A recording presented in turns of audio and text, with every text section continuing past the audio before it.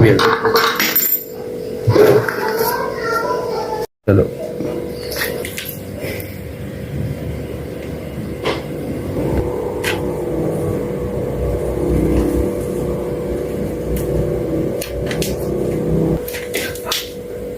Kau perlu mengenal asal-usulmu dulu, tuanku, sebelum mengenal jati dirimu.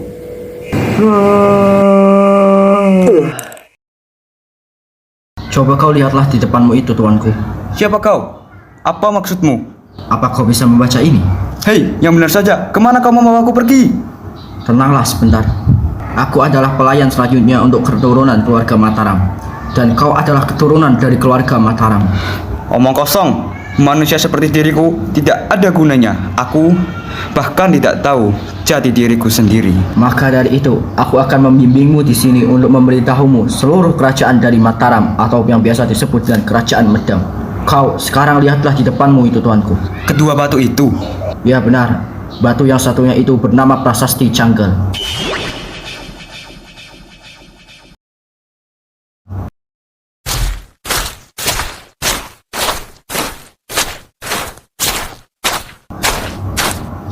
Siapa dia? Dialah Raja Sana. Raja ketiga dari kerajaan Galuh yang memimpin Pulau Jawa. Raja Sana kemudian menikahi seorang putri kerajaan dari Kalingga. Lalu berarti apakah dia juga memimpin Kalingga? Ya, pada akhirnya dia juga memimpin Kalingga. Namun ketika Raja Sana berada di kekuasaan kerajaan Galuh, dia mengalami penggulingan kekuasaan oleh seorang yang bernama Pubasora.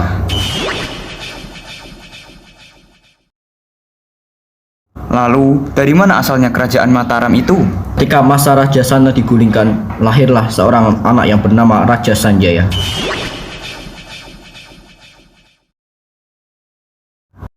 Dialah yang menjadi tokoh penting pendiri dari kerajaan Mataram.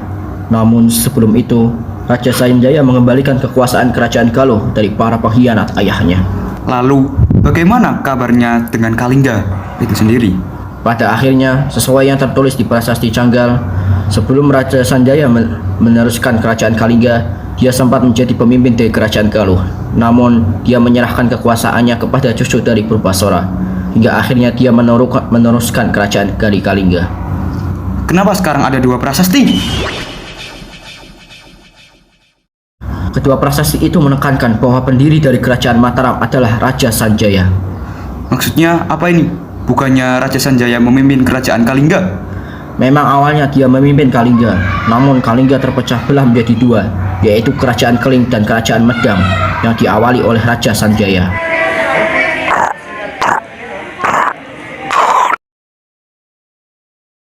Di tempat ini, di abad ini, aku nyatakan dengan berdirinya sebuah kerajaan yang bernama Kerajaan Medang ing Bumi Mataram.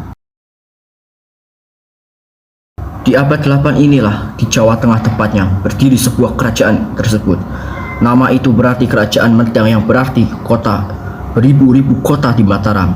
Nama Mataram tersendiri diambil dari nama Bumi Mataram yang artinya daerah yang dikelilingi oleh gunung-gunung. Apa ini? Disitulah awal mula kerajaan dari kerajaan Medang atau yang kita kenal dengan kerajaan Mataram. Lalu, bagaimana dengan berikutnya? Tampaknya kau sudah mulai tertarik, tuanku. Kita akan kembali, tuanku. Disinilah, tuanku, masa kejayaan kerajaan Mataram. Tempat ini, kerajaan Mataram? Tentu saja. Tunggu, sepertinya aku mengenal sungai itu. Tentu saja kau pasti mengenalnya. Itulah aliran Sungai Bengawan Solo. Letak kerajaan Mataram ini sangat dekat sekali dengannya.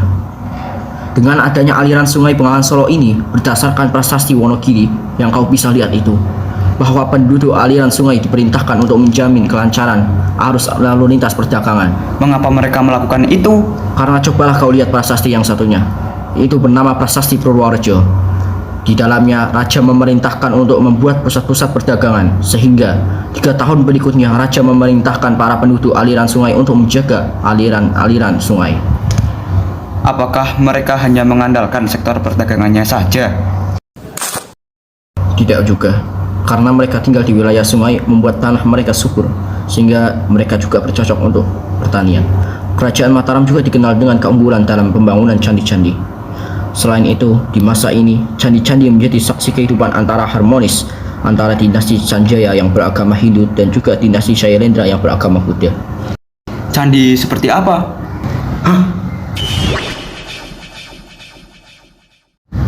Sayangnya, dalam di bidang politik, kedua dinasti itu sering mengalami pertengkaran.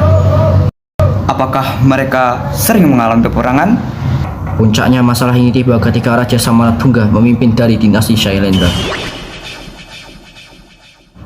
Memangnya ada apa di masa itu?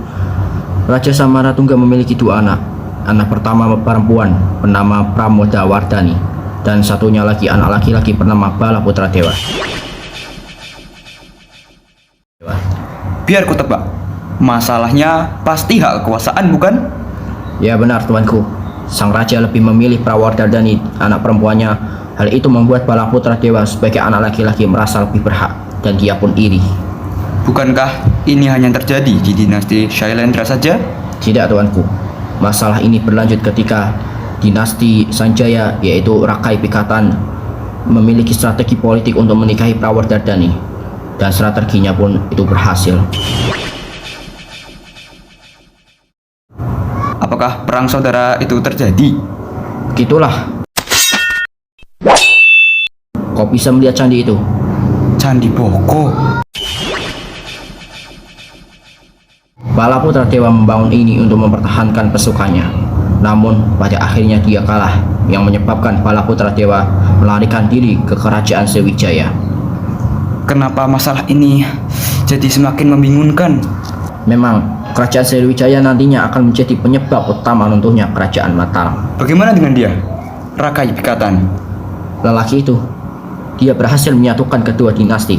Hal itu dibuktikan dengan adanya candi Hindu di Candi Borobudur dan juga candi Buddha di Candi Prambanan. Jadi Balaputra Dewa lah yang menjadi pemicu Sriwijaya yang akan menghancurkan Mataram itu sendiri. Ya, kau benar. Namun di abad 10, ketika masa kepemimpinan oleh Raja Empu Sindok, kekuasaan kerajaan Mataram pindah ke Jawa Timur. Semua prajurit, dengarkanlah aku. Hari ini kita akan memindahkan kekuasaan kita ke daerah Jawa Timur. Tuanku, kenapa kita harus pindah? Diam kau! Banyaknya bencana alam dan serangan dari Sriwijaya, itulah alasanku memindahkan kita. Baik tuanku, maafkan hamba. Begitulah yang dijelaskan di prasasti Turian. Prasasti inilah yang menjadi bukti kepindahan Pusindok ke Jawa Timur. Keruntuhan semakin dekat, bukan? Ya, Pusindok mewariskan kekuasaannya kepada seorang pemimpin yang bernama Dharmawangsa. Selama kepemimpinan Dharmawangsa, kerajaan Medang maju sekali dari segi ekonomi maupun segi pendidikannya. Itulah yang diceritakan di prasasti Ujung Langit yang kau bisa lihat di sana. Sepertinya Mataram sudah berkembang. Bahkan mereka berani bertempur melawan Sriwijaya. Ya, kau benar. Prasasti Ujung Langit juga menjelaskan pertempuran antara Dharmawangsa dan juga Raja Warmadema. Raja Warmadema itu tersendiri adalah pemimpin dari kerajaan Sriwijaya.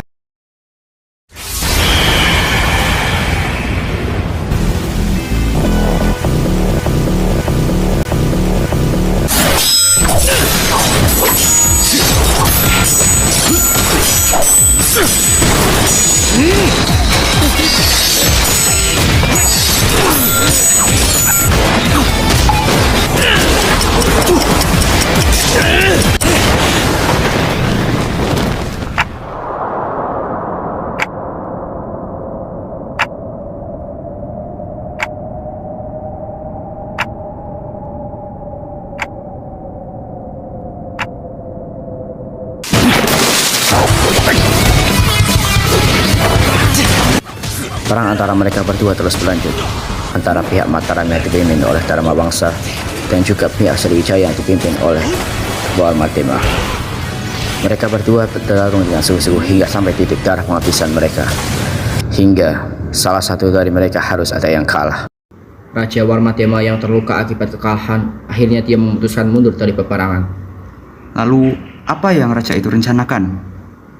Warmadema mencari sekutu untuk mengalahkan kerajaan Medang hingga akhirnya sesuai dengan prasasti puncangan yang kau lihat itu, terjadilah peristiwa Prayalaya. Raja Warmadema yang sudah memiliki sekutu berencana akan balas dendam pada kerajaan Medang. Namun di antara sekutu itu ada yang bernama Raja Urawari dari kerajaan kecil yang bernama Kerajaan Wara. Raja Warmadema, saya mendengar akan ada kabar kerajaan Medang mengadakan sebuah pesta pernikahan. Bagaimana jika kita menyerang pada waktu itu? Tentu saja, akhirnya pertarungan ini kita akan menang. Akhirnya ketika Dharma Wangsa sedang berpesta pernikahan untuk anaknya, tiba-tiba mereka diserang oleh Raja Warmadema dan sekutunya. Mataram yang tidak siap pun mereka mengalami kekalahan telak dan akhirnya terjadilah pembumi hangusan Mataram.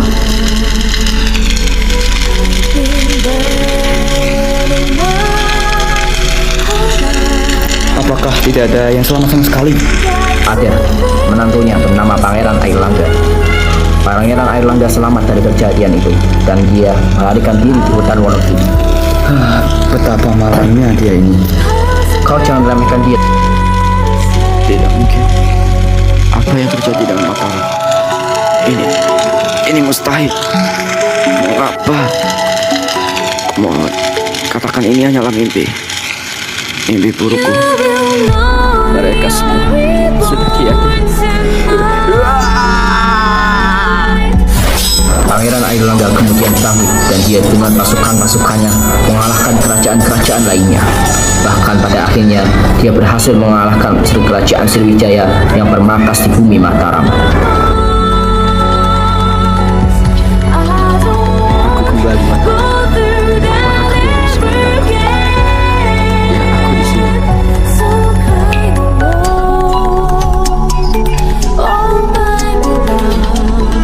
Percayalah padaku Airlangga. Aku tidak ada hubungannya dengan semua ini. Mohon percayalah. Diam kau, bohong. Dharma Wangsa, balasanmu sudah kubalas. Dia sudah mati. Akhirnya, aku berhasil mendapatkan tanah ini. Kematianmu tidak sia-sia. Semuanya, dengarkan aku. Mau bagaimanapun, kerajaan Mataram sudah runtuh. Di sini, aku mendirikan kerajaan baru yang kuberi nama Kerajaan Kahuripan.